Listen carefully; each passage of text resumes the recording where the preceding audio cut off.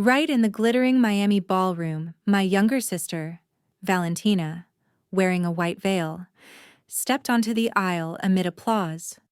But the bride was supposed to be me. The bridal room door slammed shut behind me. I was held back with a whisper. Wait, for the proper ritual. Out in the foyer, Javier slid a USB into the DJ's laptop. The LED screen flashed. The music screeched, "Ket," then went dead. A clip from the kitchen came on. The clang of stainless steel trays, the whisper of planning, words clear enough for all of Miami to hear the plot to swap the bride. I stood frozen, feeling as if someone yanked the rug from under my feet. People gaped. A few wine glasses clinked together.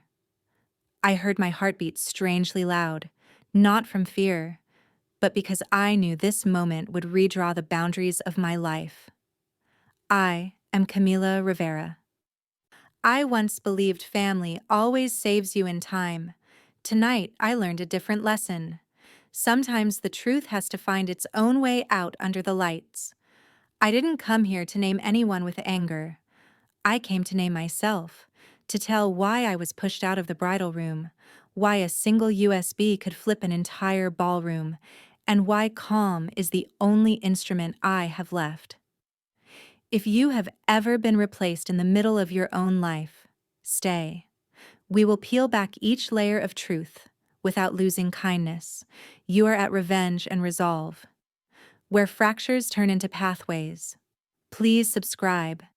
Hit like if you stand on the side of justice, and leave a comment telling where you are watching from so I know I'm not alone. Thank you for taking the time to listen. Your very presence is the handhold that helps me step into the light, calmer and more whole. But before the room cracked open like that, rewind to that morning, when everything still lay in its right place. That morning, Coconut Grove, cafecito bubbling, I still believed the timeline was a straight ruler. Sunlight poured through the palm fronds into specks of light on the wooden floor. The sea breeze carried the salty taste of Biscayne Bay, and the aluminum pot on the stove began to bubble with the smell of cafecito. Abuela sat in the wicker chair by the window, fingers turning the rosary beads, lips murmuring the familiar prayers. The beads clicked against each other like the heartbeat of my home. On the rack before the wardrobe, my cream-white wedding dress stood silent next to the neatly ironed guayabera. Two worlds, soft and strong, leaning against each other. On the dining table, invitations embossed with palm leaves were stacked into a bundle, the scent of new paper mingling with the brown sugar from the still warm box of pastelitos. A few white candles set in the middle of the table waiting to be lit for the party night. I touched the timeline board clipped with wooden pins. I drew each line myself. 10 hour makeup, 11:30 first look. 1 hour go to the dock for photos, 5 ceremony. The small squares with green check marks made me calmer, as if seeing a straight road ahead. I grew up amid salsa from the neighbor's radio, fireworks nights on the pier, and Abuela's counsel. Live kindly, mi niña. God will protect you. I still thought a Latin glam wedding by Biscayne Bay was the truest thing I dreamed of. A dress just long enough, simple white flowers, a band playing bolero with touches of bachata, everyone swaying their shoulders to the beat and blowing kisses to one another. Every morning I brewed cafecito for the whole house. 1 cup for Abuela, 1 for Mom, 1 for me. The spoon tapping the cup with a light clink sounded like a promise of peace. Mom ran her hand over the lace of the dress and whispered, "It's beautiful." And Abuela curved her lips. "No need to be fancy as long as you're happy." I smiled, slid the pastelitos box to the center of the table. "Eat them hot, Abuela. They still smell so good." The crust cracked crisp, the guava filling gently sweet, and I suddenly felt everything was just enough, nothing lacking, nothing extra. As the wedding day approached, the apartment seemed to breathe faster. The flower delivery called to confirm. The DJ sent the playlist. I added a few more bullet points to the timeline. Switch to low heels after 2 hours. Remind about family photos. Stash tissues in the clutch. I'm not good with surprises. So I lay everything out in the way I understand. A day divided into moments with places to stand, like stepping stones across a stream. Abuela watched me stick on another pink note, then asked, "Are you worried?" I was honest. I want everyone to be happy, and I don't want anyone to be left at the edge. She nodded, her wrinkled hand resting on the back of my hand. When you think of others, your heart is already beautiful. For the rest, God will help you. I opened the balcony door. The wind carried the scent of salt and bougainvillea from the neighbor's house. From here, looking down, Coconut Grove was busy yet gentle. People walking their dogs, fishing boats marking a few white streaks in the distance. A flower truck rolling past the narrow alley. I breathed deep, imagining the afternoon. The white curtain stirring lightly. Sunlight gliding off the sill, white candles being lit one by one, and music leading everyone into each other's arms. In my mind, a wedding isn't a spotlighted stage. It's where the people I love can sit down, eat, tell stories, and let their hearts rest. I went back inside, dusted the frame of my parents' photo from when they were young, set it beside the invitations. I stuck a small map on the wall, the route from the church to the hall, the pickup point for Abuela, the table placements for a few close friends. Each line was a way I spoke to myself. Trust that everything will be okay. I put the box of pastelitos with 3 left into the cupboard, lit a candle for a test, and then blew it out. Blue smoke coiled up slowly. I smoothed the wedding dress, touched the folds, and whispered, "Slowly, Camila. Live well today, live well tomorrow, and then everything will come at the right time." And in the kitchen that smelled of cafecito, I heard my deepest wish clearly. Not a perfect wedding, but a decent life, where I can call happiness by its right name, and if a storm rises, I still know the way to set my heart back to stillness. At noon, sunlight streamed through the blinds. I was rechecking the timeline when Valentina walked in, arms holding a plastic box, smiling brightly. "Sis, today let's do a first look under veil. Let me keep your veil so it'll be more of a surprise." I froze. In my plan, I didn't have that part. I had wanted us to meet at the dock. Natural light. No theatrics. But Valentina spoke fast. Spoke smoothly. Her hand already reaching up to the hook, taking the cream-white silk veil off the dress. "Just a few minutes," she winked. Abuela coughed a small cough in the kitchen. I hesitated, then nodded. "Keep it carefully for me." When the door closed behind her, the room suddenly felt larger yet emptier, as if some air had been drawn out. The iPhone buzzed softly on the table. Buzz. Ding. Email from the florist. Confirming change. Bride contact updated to Valentina Rivera. I opened my eyes wide. I had never sent that request. Another email stacked on top. DJ has received the new playlist VXN set. I scrolled back, searched for the old thread. Indeed, the contact address had been changed. My heart beat to the rhythm of the notifications. I tapped to call the wedding coordinator. The line was busy. I texted, "There is no request to change the bride contact from Camila. Please keep it as is." On the other side, the blinking ellipsis flickered and then went out. I looked at the timeline board with dozens of green checkboxes and saw them suddenly become as fragile as wet paper. I called Noah. The phone was off. A few minutes later, a voice note popped up. "Baby, too much logistics? Let's just meet in the lobby for convenience." His voice was evasive, distant, as if standing behind a door that was closing. I listened again and again, trying to find one more definitive line, a reminder. Don't worry. There wasn't. I sent back a short message. I'm handling a few changes. Meet at the dock as planned?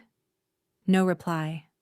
The room was so quiet I could hear the air conditioner breathing steadily, and also Abuela's rosary beads clicking together like the family clock striking the hour.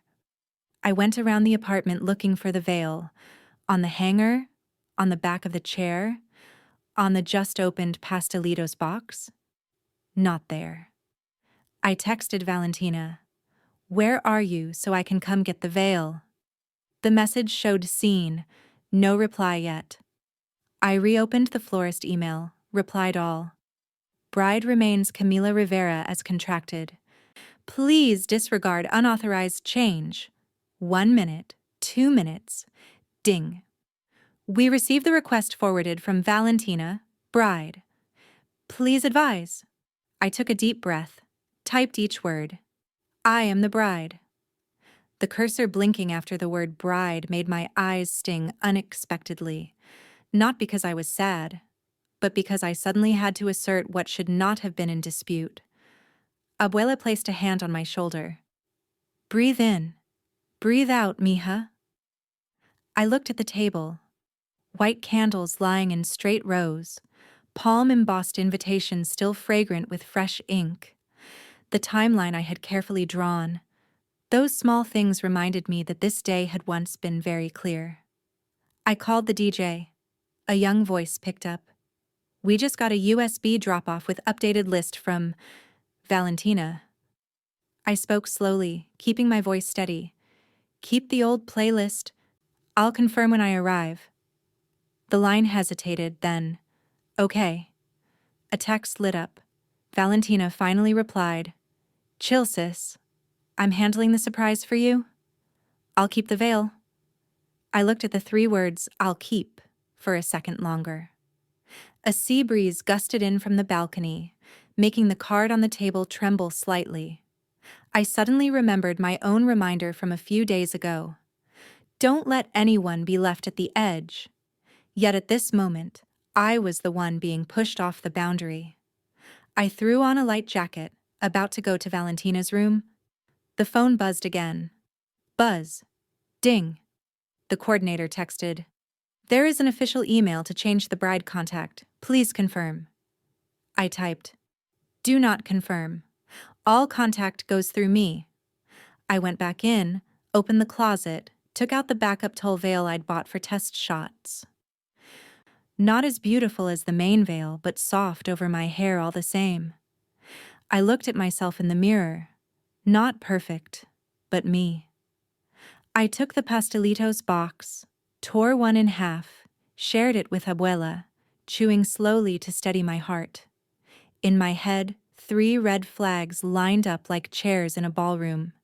Valentina keeping the veil, the email changing the bride contact name, and Noah's phone off, sending a vague voice note. I wrote on a sticky note and stuck it to the mirror. Stay calm. Call everything by its right name. Then I picked up the phone, dialed Javier. Meet me at the venue before setup time. When I hung up, the room still stretched tight with a thin layer of air, but I felt myself standing straighter. The name change email.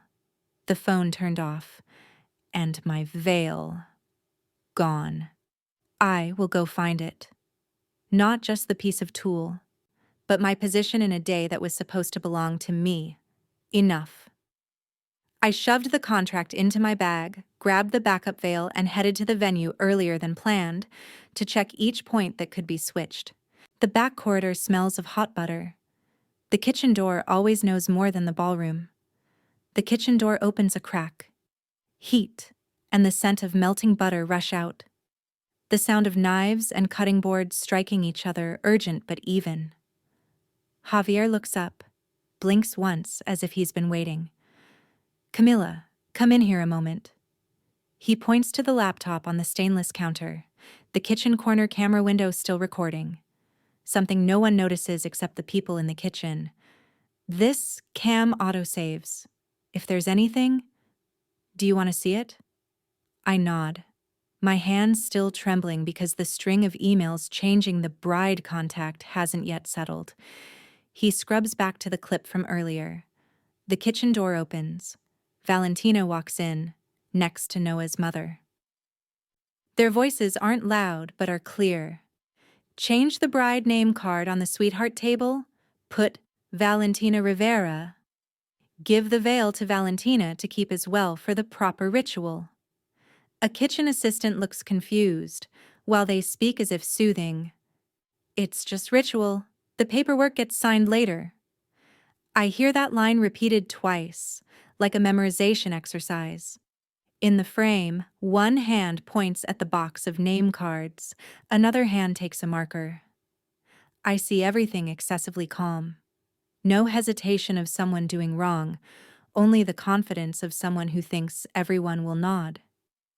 Javier pauses at the moment Valentina receives the box of cards. The frame freezes. I can extract this clip to a USB, he says, as lightly as reminding me to bring a tissue. I nod. Do it for me. Across the kitchen, a pot of water bubbles. And I wonder since when a kitchen corner camera became the most important ear of the whole evening. I step back from the kitchen, sit in a small corner near backstage. I open my phone, find the event contract PDF again. On the screen, the black lines appear familiar. I scroll to the terms page and see the line I once underlined when signing. Non-transferable, primary contact, Camila Rivera. I read it again slowly, as if someone were reading me a truth that needs no dispute. I take a screenshot, circle that line in red, attach it to a reconfirming bride contact email to the florist, DJ, coordinator. Please keep the primary contact as in the contract, Camila Rivera. I add no emotion, only let the words do the work. Javier hands me the USB, its clear casing glinting under the light. I saved both the original and the excerpt. Timestamps complete. I thank him, put it into the hard wallet along with a few printouts. In my head, Abuela suddenly seems to be sitting beside me, fingers on the rosary. Call everything by its right name, leave the rest to heaven. I open the Notes app, create a folder evidence, drag into it the photo of the contract clause, the vendor email just sent, and write the line. Kitchen cam, Valentina plus Noah's mother. Change the sweetheart table name card, ask to keep the veil. Repeated line, it's just ritual, the paperwork gets signed later. I walk one loop through the ballroom. The sweetheart table sits at the front of the room, where everyone who walks in can see it. The name card hasn't been set out. Only 2 tall candlesticks and a white floral arrangement are waiting. I place my hand on the edge of the table. Imagine my name italicized on the card. Not for a glossy status, but for the frankness of a life. I have prepared with all my love, so at the very least, my name must be in its proper place. In the corner of the room, the DJ is laying cables. I come closer, say softly, keep the old playlist. Any changes? Except only from me. He nods, his eyes briefly flustered, then steady again. Back in the bridal room, I open the lid of the white candle box, take one out, light it with a lighter, and then blow it out. A thin thread of smoke curls up and fades. I look in the mirror. My hair is pinned in place. The makeup holds peace on my face. The backup veil drapes lightly down my back like a reminder. When the main one is pulled away, there is still a way not to be left bare. I send a line to the coordinator. If anyone requests changing the bride table name card, please call me directly. Contract attached. The green tick appears like a heartbeat regaining balance. Everything is still smoldering.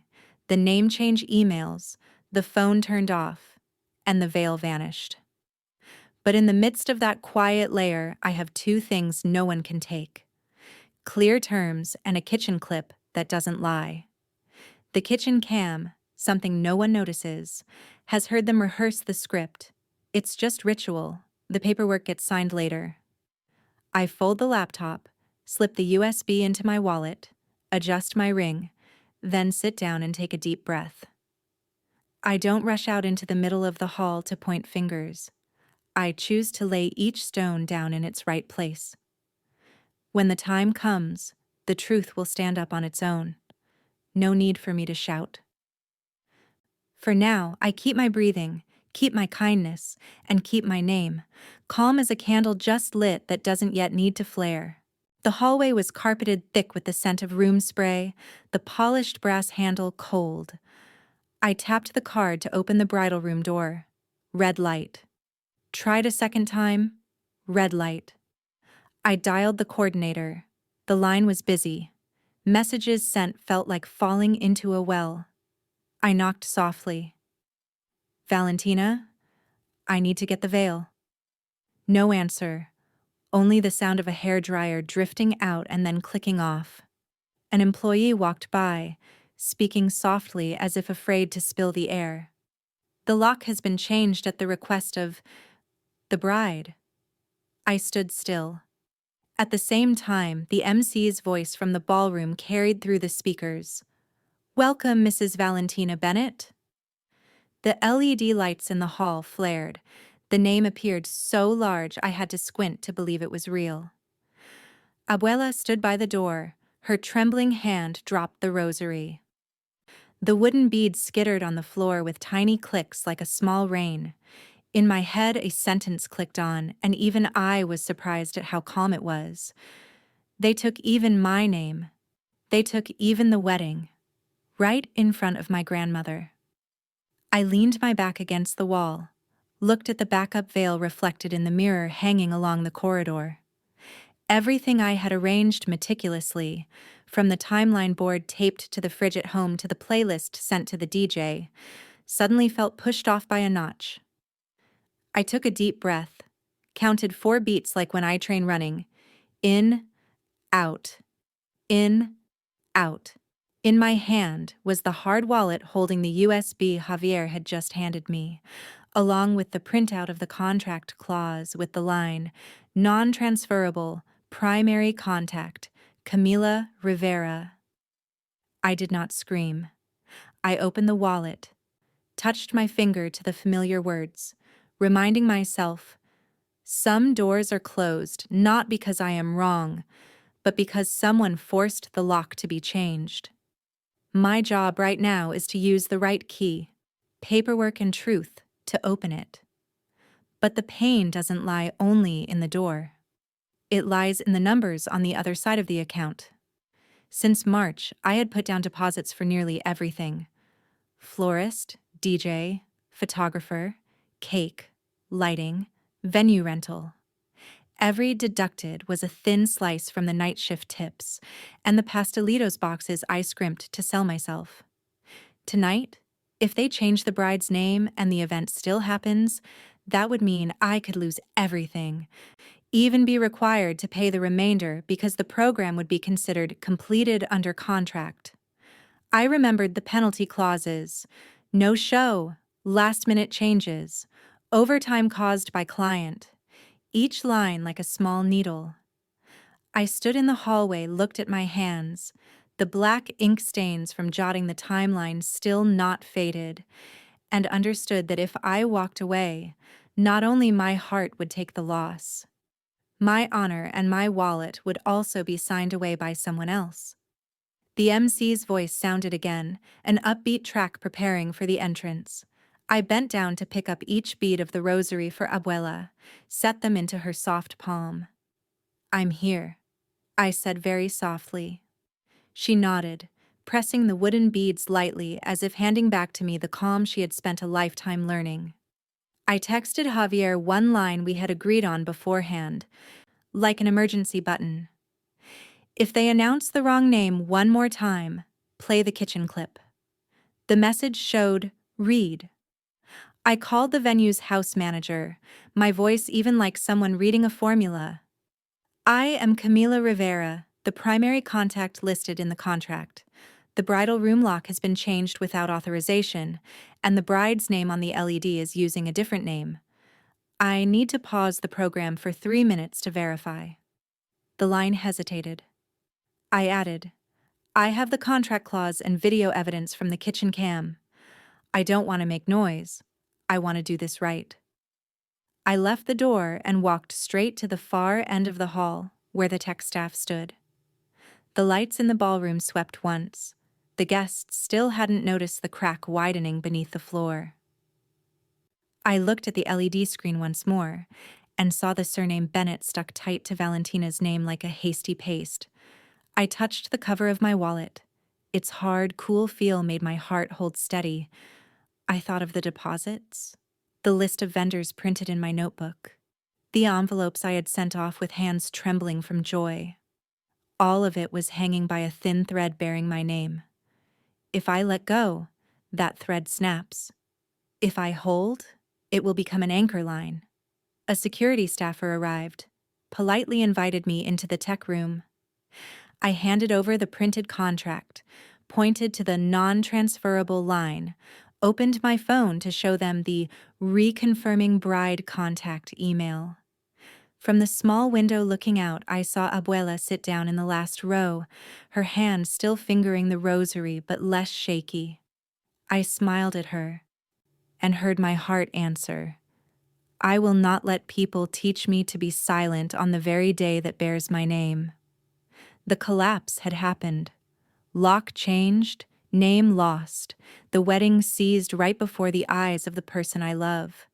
But at that very breaking point, I chose to step onto the part of the floor still firm. I breathed slowly, leaned on the clauses and the kitchen clip, and knocked on the right door. I don't know how tonight will turn.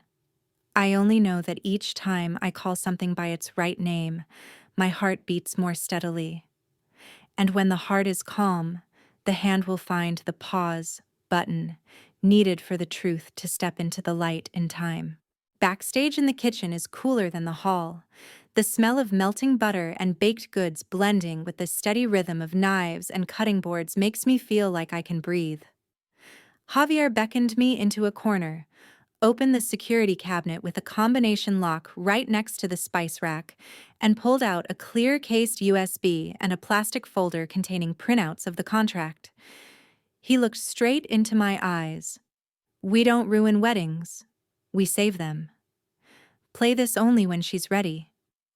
I nodded, understanding that she here is me, and that ready is not when anger flares, but when the heart has calmed. Javier dialed the venue manager. Kayla appeared in black attire, hair neatly tied, eyes sweeping the room quickly like someone used to putting out fires with order. DJ Rico was brought in too, one ear cup still on. Kayla asked bluntly, "Legal?" Javier set the printed PDF of the contract on the stainless table, his finger pointing to the underlined line. Non-transferable, primary contact, Camila Rivera. He spoke slowly. Contract says bride is Camila. Officiant not yet filed. We're clean. Rico gave a soft whistle, tilted his head at me. If we play the clip, how will you signal? I replied. When the MC calls the wrong name again, I'll nod. If I say, keep the white candles, it means wait one more minute for my grandmother to be seated. Kayla took the walkie-talkie, instructing security to keep the sweetheart table name card as is, not allowing anyone to change the card without confirmation from Camila, the primary contact in the contract. The phrase primary contact rang out calm yet strong, like a door locked by the right hand. Javier plugged the USB into the kitchen's small laptop, opened the kitchen cam folder. The frame showed clearly the conversation at the start of the shift. Valentina and Noah's mother saying, change the bride's name card and give the veil to Valentina. Their tone assertive like reciting a rote ritual. I stood beside him, hearing again the line, it's just ritual, the paperwork gets signed later, and felt the back of my neck go cold, not from fear, but from realizing there are people who truly believe that later is a land where no one remembers. Kayla watched the clip once, offered no comment, only nodded. I'll hold the program in standby. not let the MC introduce anything new. When Camila signals, we switch the LED to the kitchen video. Rico, bring the music down to near zero, stop right on the record scratch, then give 3 seconds of silence. After that, Camila speaks on the mic, short, clear. Rico said okay, as lightly as setting a glass on a coaster. I touched the contract cover. The feel of smooth paper under my fingertips steadied me. Not everyone in a tux has the authority, I thought, glancing around the kitchen. A prep cook wiping a plate rim spotless, an oven hand watching the timer, Javier moving with steps as soft as a butler in old stories. They weren't loud, but they held the reins of the room. When to send a course, when to cut the music, who gets in and out. Butler power. There are no white-gloved butlers here, but there are apron-wearers who know how to guard the tempo of the entire party. I looked at Javier and knew he would keep his word. Only play it when she's ready. And I, amid the shock, suddenly understood that ready means putting my heart back into my own ribcage, then placing the truth on the table. Kayla messaged the house manager. Temporarily lock the change gate on the LED system. Note, due to dispute on primary contact, awaiting verification. Still just words, still just voice, but this time on my side. Rico ran a quick switch. The screen slipped from the playlist to black. Then the HDMI frame appeared, a small box signaling the clip was ready. Just one nod, he said. I thanked all three, my voice dry but warming. I don't want to make noise, I just want to do it right. Javier nodded. Then we do it right.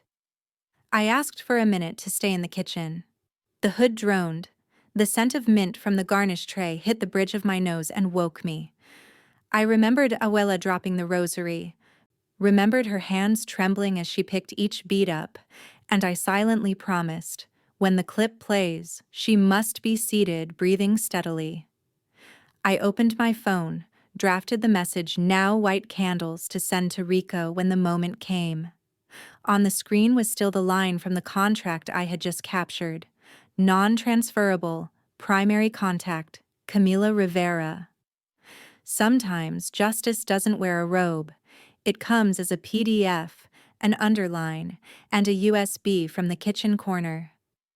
Leaving the kitchen, I walked past a row of white tablecloths waiting to be changed, heard someone's hurried footsteps in the hallway. I no longer felt alone. Behind the kitchen's swinging door was a small team that believes in order, in the well-timed press of pause, so the truth can step in. I took a deep breath. When I returned to the ballroom, the lights were as bright as before. But a switch had flipped in my chest. If they continue to use the wrong name, I nod. And the room will be brought back to the right rhythm. Not everyone in a tux has authority. Sometimes, the caterer is the one who keeps order.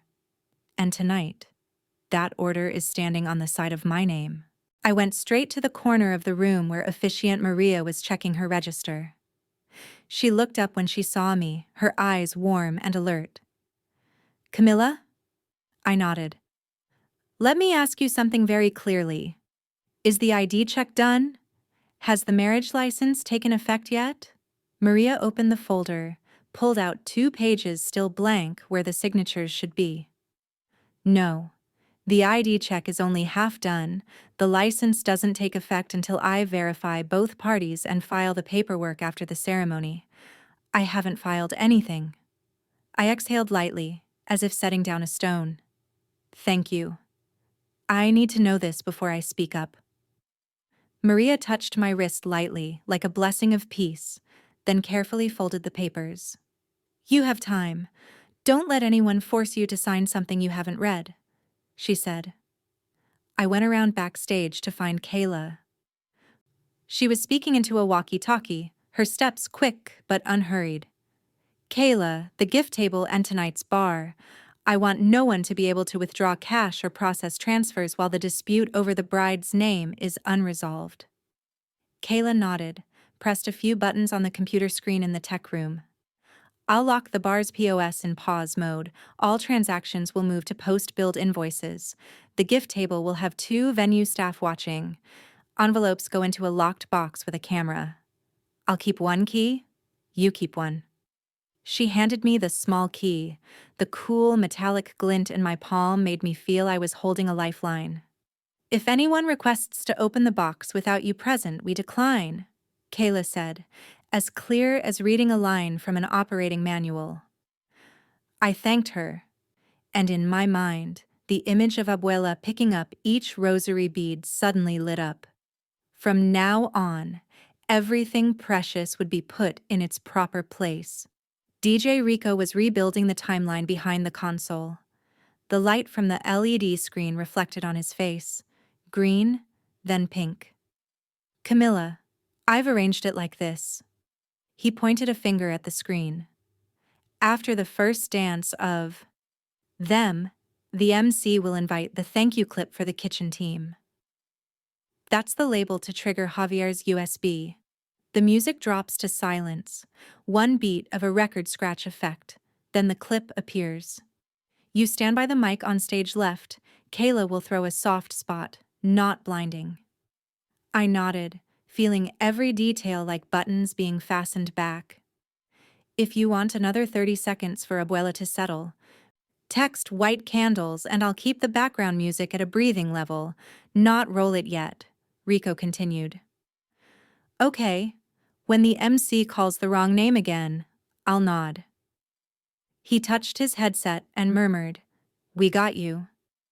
I took a moment to stop by the staff lounge and poured a cup of warm water. In the small mirror hanging on the door, I saw myself with the backup veil, hair pinned neatly, eyes no longer red. I opened my phone and drafted 3 messages. To Javier, USB ready. To Rico, white candles. To Kayla, pause LED if the MC reads it wrong. At the bottom of the screen was still the photo of the contract clause, the line, non-transferable, primary contact Camila Rivera, circled in red. I touched it like touching the pulse of a calm truth. Back in the ballroom, I met Maria talking with the MC. She reminded him, "In all announcements, use the phrase the couple until the primary contact confirms."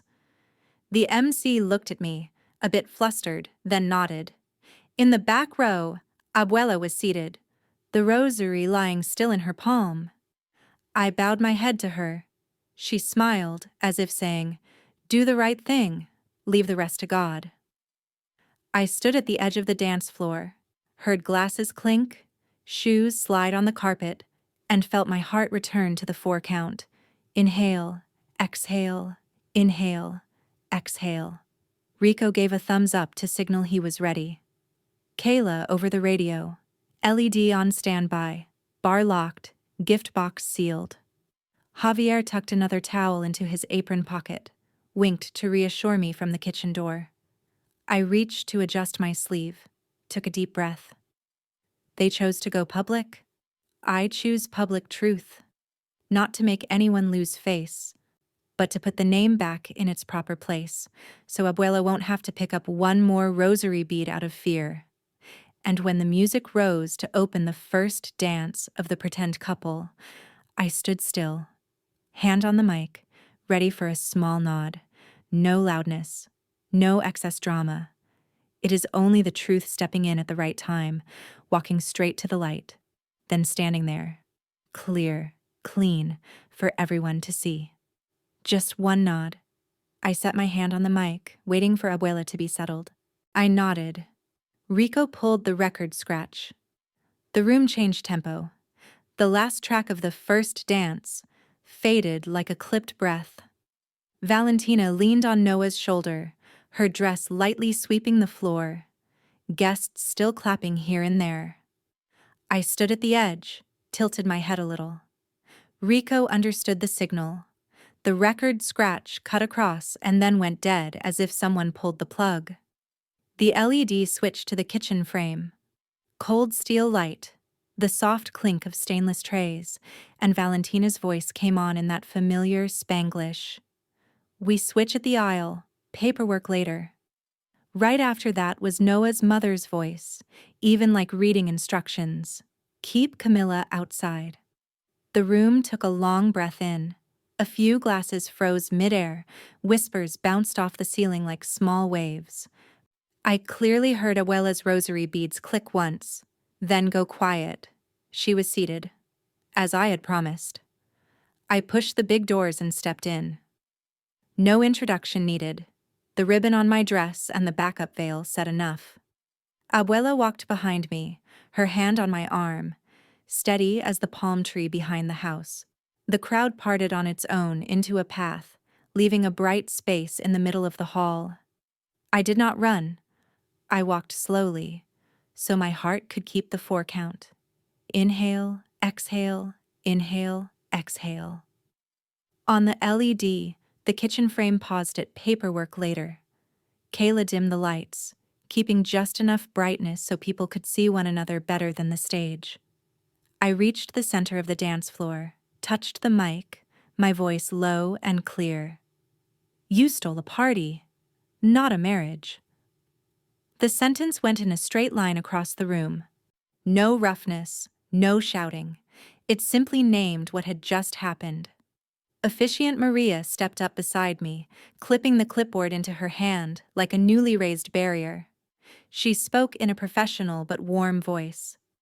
No signatures, no filing, no legal marriage. Those simple words, not yet, and no, fell softly but heavily, like setting back the foundation stone for a room that was tilting. At the kitchen's edge, Javier didn't step forward, only stood near the rim of light, his calm voice enough for the front rows to hear. And the contract is non-transferable. Tonight's bride is Camila. I didn't look at him, but I heard in that voice a discreet line being drawn. Order had returned. Not with a gavel, but with a clause and a clip that doesn't lie.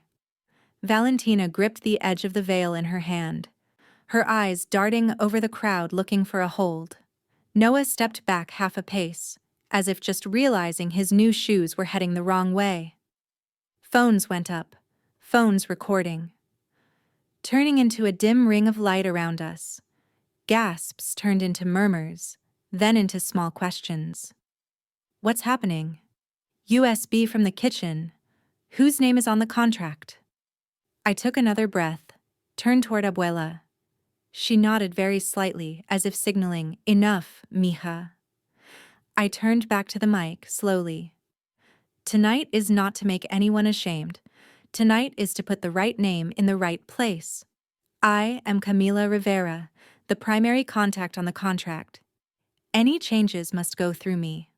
From this moment, the program continues as signed and prepared. Kayla took the radio, quickly confirmed with the lighting and bar teams. Resume per original timeline. Bride, Camila. Rico pushed the fader, brought the background music back with a warm note, unhurried. Maria closed the clipboard, stepped back to yield the floor, looking more like a gentle gatekeeper than a judge. I looked toward the sweetheart table. The name card had not yet been set out. A deft staffer came up and asked softly. I nodded. The Camila Rivera card was placed down, the italic ink catching a faint gleam. That sound was tiny, just paper touching wood, but to me, it rang like a bell. Valentina opened her mouth, about to say, "It's just ritual." But that line was already on the screen, with nowhere left to hide. Noah tried to smile, the smile breaking halfway. I added not a word toward them. I spoke to the people who had sat down because they believed in a beautiful night. Thank you all for standing still, for listening, I said. If anyone happens to feel shaky, just breathe deep, as my abuela always does. She let out a soft laugh, and that laugh went around, softening shoulders. Phones were still recording, but now to capture a room pulled back into alignment, not to hunt for a fall. I handed the mic back to the MC, told him to use the couple until the proper ceremony could continue. Javier quietly pulled the USB, slipped it into his apron pocket like putting away a knife that had finished its job. Kayla gave a thumbs up. Rico shifted to a gentle bolero. Maria squeezed my shoulder lightly. You named it right. The rest is paperwork. I'll handle it. I stood under the lights, hearing my heart drift back to its normal rhythm. They chose to go public. I chose public truth. Not to bend anyone, but to set a table level again. And as I stepped aside to escort Abuela to the front row, I knew one thing had been wed tonight. I remarried my own dignity, in front of everyone, with a voice just enough, and with a nod to lift the truth to its feet. The room breathed again. The rest? Let procedure do its work. When the gasps had just faded, the venue chose procedure. Pause the ceremony for verification. Keep service as promised. After the LED went dark and the music returned to a breathing level, Kayla stepped into the center of the floor, her voice calm as setting a chair in the right place. On behalf of the venue, we are canceling tonight's ceremony to verify identity and contract. Food and beverage service will continue for guests who have arrived, but the wedding stops here. Security appeared politely, inviting Valentina and Noah to a private room, to work. I didn't look after them. I turned toward Abuela, helped her sit in the front row, her hand warm again like a just-poured cafecito. Officiant Maria adjusted her clipboard, wrote a few lines, and said loud enough for me to hear. No signatures, no filing. Under Florida law, there is no legal marriage tonight. The brief sentence seemed to lift the room off its tilted edge. At the gift table, the envelope box locked with 2 keys remained sealed, and the bar had already been payment locked by Kayla. Everything precious was set quietly, back in its proper place. In the private room, the police came to record the incident. No sirens, no noise, just slow, clear questions. Kayla provided a printout of the contract, Maria submitted verification notes, Javier supplied the USB from the kitchen cam. I recounted the sequence, keeping a 4-in, 4-out breath. The report read, Identity deception for the purpose of profiting from gifts and the wedding fund. I signed my name, watched the ink dry very quickly on the paper. When I stepped out, the ballroom lights were softer. A few older guests offered Abuela a softer chair. Someone brought me a warm cup of water. I spoke one short sentence into the mic. Thank you for listening. There is no wedding today. There is only the truth finding its seat. Then I bowed my head and handed the mic back to the MC. The days after were like cleaning a kitchen after a spill. No complaining, just doing the right work. Maria sent a letter confirming no legal marriage. A lawyer introduced by Javier's friend helped me complete the civil filings. To claim compensation for all the deposits I had paid, emotional damages for being replaced right in front of my grandmother, and personal brand losses. I am a stylist. Part of my work relies on reputation. What happened that night caused client appointments to be canceled and several shooting contracts to be postponed. We submitted accompanying evidence of the non-transferable contract, vendors' emails that changed contact without authorization, and the kitchen clip where the line, "We switch at the aisle, paperwork later," is clearly heard. I didn't want to make anyone lose face. I only wanted my name returned to its rightful line. The outcome arrived without fanfare. The Brokerage Association opened an ethics investigation into Noah after receiving reports of deceitful conduct in a private event with financial elements. He was suspended from participating in certain sales programs, the file under review. Valentina lost 2 influencer contracts for violating ethics clauses. An email came to my inbox apologizing publicly, promising to reimburse all the wedding costs I had paid, and agreeing to post an apology video before the community. I read it, not gleeful, only seeing that a final door had closed properly. As for Javier and the kitchen team, Kayla, on behalf of the venue, sent a letter of thanks for keeping order for the room. A short behind-the-scenes clip shot by a guest, when the caterer saves the bride, unexpectedly went viral on TikTok. Javier's face only flickered past, but the line, "We don't ruin weddings, we save them," everyone remembered. One evening, I brought the remaining flowers home and brewed a cup of cafecito each, for Abuela and Mom. We sat on the Coconut Grove balcony, listening to the sea breeze push the smell of salt into the kitchen. I spoke slowly about the lawsuit, about the invoices being reimbursed, about my work schedule returning to clients, about 3 brides texting me to book dress fittings after watching the clip. Abuela said, "Heaven doesn't take what's yours, it only moves it to the right day." I smiled, felt my heart no longer tighten when I looked at the backup veil hanging on the chair. I opened my phone and wrote one line to myself. Not revenge, but putting the name back.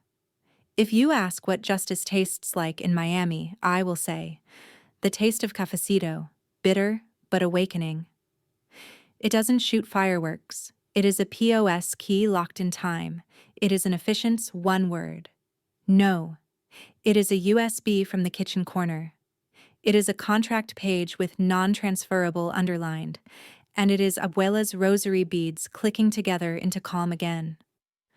I take the last sip, watch the lights of Biscayne Bay blink in an even rhythm, and know that from here, I will go on living true to my name, making others beautiful, living kindly for myself and, if needed, saying one sentence clear enough to pull a room back to balance.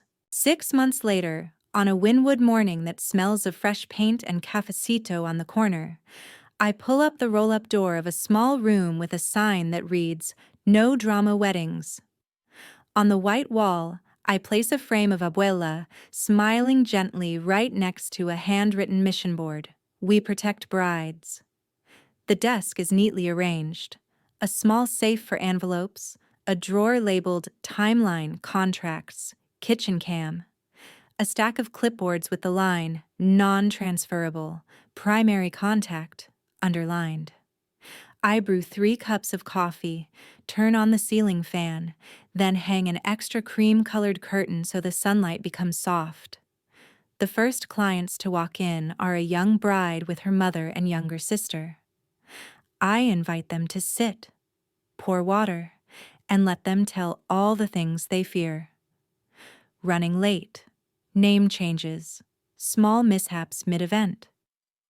I nod, take notes, then hand over the calm plan I wrote myself. Who holds the key to the gift box? Who confirms the LED? When the DJ is allowed to pause? And the question that is never skipped. Who is the primary contact? Javier drops by with a box of hot pastelitos. Kayla sends wishes for a lucky, soft open. And Rico texts, "When a pause is needed, just one nod." I tape a piece of paper on the door. No need to be perfect, only kind and safe. Each week, I hang up one more frame. A bride smiling, a mother sighing in relief, a younger sister hugging her sister. Below is a handwritten thank you line. I realize the most beautiful revenge is to live well and do well. Best revenge? Live well and do well. I lost one night but got back an entire life and turned it into the work of protecting those who will step onto the dance floor after me. Have you ever seen anyone swap the bride? Comment number 1 if you stand with Camila. Don't forget to like, subscribe. One family revenge twist each week.